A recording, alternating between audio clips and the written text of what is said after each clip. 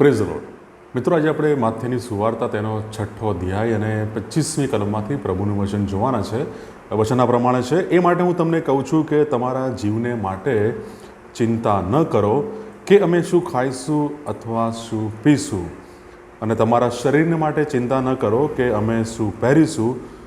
શું જીવ ખોરાક કરતાં ને શરીર વસ્ત્રો કરતાં અધિક નથી? આમીન. આ પ્રભુનું વચન છે, માથી 6 અને 25મી કલમ. મિત્રો, આજે જે આપણે શાસ્ત્રપાઠ વાંચ્યો છે અને આજનો જે આપણો વિષય છે એ વિષય છે ઈસુ ખ્રિસ્ત એ જીવનદાતા, ઈસુ ખ્રિસ્ત એ જીવન આપનાર. આ બાબત પર આજે આપણે પ્રભુના વચનોમાંથી જોવા માંગીએ છીએ. મિત્રો, પ્રભુ ઈસુ ખ્રિસ્ત એ આપણા જીવનદાતા છે. ઈશ્વર એ આપણને જીવન આપે છે અને એ આપણા જીવનને ગમે તેવી પ્રતિકૂળ પરિસ્થિતિમાં, સમય સંજોગોમાં એ ટકાવી રાખે છે, એ નિભાવી રાખે છે. જો આપણે પ્રભુ ઈસુ ખ્રિસ્તનો એ જે સમય અને એ જે જગ્યાએ રહેતા હતા એ પ્રદેશ વિશે જો આપણે જાણીએ, અથવા એ પ્રદેશમાં જો આપણે રહેતા હોઈએ, તો આપણને જીવનની મૂળભૂત બાબતો, જીવનની મૂળભૂત જરૂરિયાતો વિશે આપણને ચોક્કસથી ચિંતા થાત. કારણ કે એ જગ્યાઓમાં પાણીની મુખ્ય તકલીફ, પાણીના નાણાં સુકાઈ જાય, ત્યાર પછી એ પાણી પ્રાપ્ત થાય નહીં, અને પછી જે ખેતી હોય, પાક હોય, એનું ઉત્પાદન થાય નહીં. અને મિત્રો, દરેક સમયે પશુ, જીવજંતુ, બીમારી, પ્રતિકૂળ હવામાન, આ બધી બાબતોની અસરો મનુષ્ય જીવનોમાં એ સમયે ત્યાં થતી હતી. અને જ્યારે દુકાળ પડે, જ્યારે અપૂરતો વરસાદ હોય, ત્યારે પાક થાય નહીં, અને જો પાક થાય નહીં તો એ કારણે આવક પણ ના થાય, અને જો આવક ના હોય તો પછી જીવનની મૂળભૂત જરૂરિયાતો, ખોરાક, વસ્ત્ર, જીવન જરૂરી ચીજ વસ્તુ, એની ખરીદી એ વ્યક્તિ કેવી રીતે કરી શકે?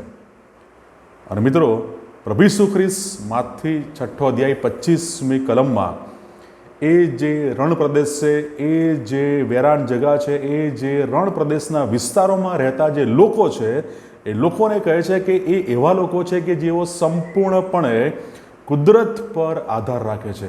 એ લોકો સંપૂર્ણપણે દરેક કુદરતી સંસાધનો, દરેક કુદરતી બાબતો પર એ સંપૂર્ણ આધારિત છે. એવા લોકોને આ માથી 6 અને આ 25મી કલમ એ કહે છે. અને જ્યારે આ કહે છે ત્યારે પ્રભુ ઈસુ ખ્રિસ્ત એક અચંબા, એક આશ્ચર્યચકિત કરનારું આ નિવેદન એ સમયના લોકોને કદાચ લાગ્યું હશે. અને આપણા પ્રભુ ઈસુ ખ્રિસ્તે એ શોધી કાઢ્યું, અથવા આપણા પ્રભુ ઈસુ ખ્રિસ્તે એ જાહેર કર્યું, અથવા એમને એ લાગ્યું કે માણસ ગમે તે સમયનો હોય, ગમે તે સ્થળે હોય, પણ મનુષ્ય જીવન એ બાહ્ય બાબતોથી, મનુષ્ય જીવન એ બાહ્ય અસરોથી, બાહ્ય પરિબળોથી એ ચોક્કસ એ પ્રભાવિત થાય છે. એ સમયે પ્રભુ ઈસુ ખ્રિસ્તને એ લાગ્યું. અને પ્રભુ ઈસુ ખ્રિસ્ત જે બાહ્ય બાબતોનો ઉલ્લેખ કરે છે, જે બાહ્ય પરિબળો અથવા જે બાહ્ય વસ્તુઓનો જે ઉલ્લેખ કરે છે, એ ખોરાક, પાણી, વસ્ત્ર, એ જે શરીરને લગતા છે, એનો એ ઉલ્લેખ કરે છે.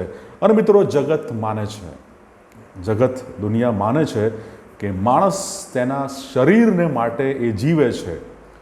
અને તેથી જ જ્યારે જગતની એ સમયની માન્યતા હતી, અને હાલના જગતની પણ આ જ માન્યતા છે કે માણસ તેના શરીરને માટે જીવે છે.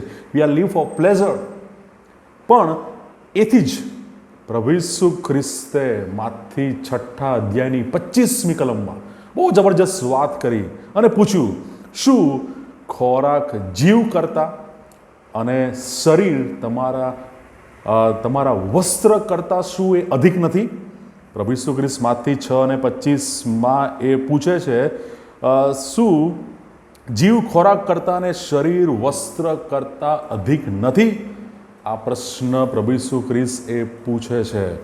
અને બીજા શબ્દોમાં કહીએ તો, આપણું શરીર આપણને જીવન આપતું નથી. જીવન એ આપણું શરીર અથવા બાહ્ય જે બાબતો છે તે આપણને જીવન આપતી નથી, પણ એકમાત્ર ઈશ્વર જ એ આપણને એ જીવન આપે છે. અને પ્રભુ ઈસુ ખ્રિસ્તની દલીલ પણ તમે જુઓ તો બહુ ગજબની દલીલ છે.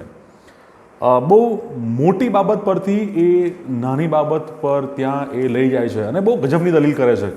પ્રભુ ઈસુ ખ્રિસ્ત એ આપણને જીવન આપે છે, એટલે લખેલું છે એ આપણને જીવન આપે છે, બહુ જ મોટી બાબત.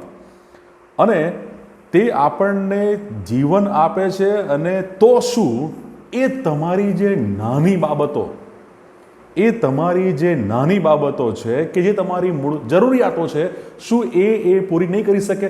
જો એ તમને જીવન આપતા હોય તો શું આપણા શરીરને માટે જે જરૂરની બાબતો છે તો શું એ નહીં આપી શકે? જે ઈશ્વરે સમગ્ર જગતને માટે પોતાનો પુત્ર એમણે આપી દીધા, તો શું આ શરીરને માટેની જે જરૂરિયાતો છે એ શું એ નહીં આપે? અને ઈશ્વર આપણને એ જીવન આપે છે અને તે જીવન માટે ખોરાક, વસ્ત્ર, પાણી અને જે જરૂરિયાતની બાબતો છે એ આપીને આપણને નિભાવી રાખે છે, આપણને ટકાવી રાખે છે. અને તેથી જ આપણને ચિંતા કરવાનું કોઈ કારણ નથી. પણ હું જ્યારે પણ કહું છું ત્યારે પ્રભુ તો બધું જ આપશે, પણ એની સાથે હું માથી 6 અધ્યાય 33મી કલમ હું બાઇબલમાંથી વાંચું છું.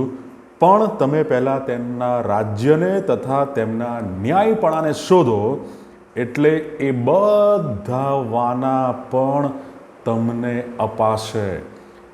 પ્રભુ ઈસુ ખ્રિસ્ત એ જીવન આપનાર, જીવન ટકાવી રાખનાર, જીવન એ નિભાવનાર પ્રભુ ઈસુ ખ્રિસ્ત એ જીવનદાતા છે. પહેલાં તેમના રાજ્યને તથા તેમના ન્યાયપણાને શોધીએ એટલે બધા વાના તે આપણને આપશે. આમીન. પ્રભુ આ વચનો દ્વારા આપણ સર્વને તેમની કૃપા અને આશીષ આપે. God bless you.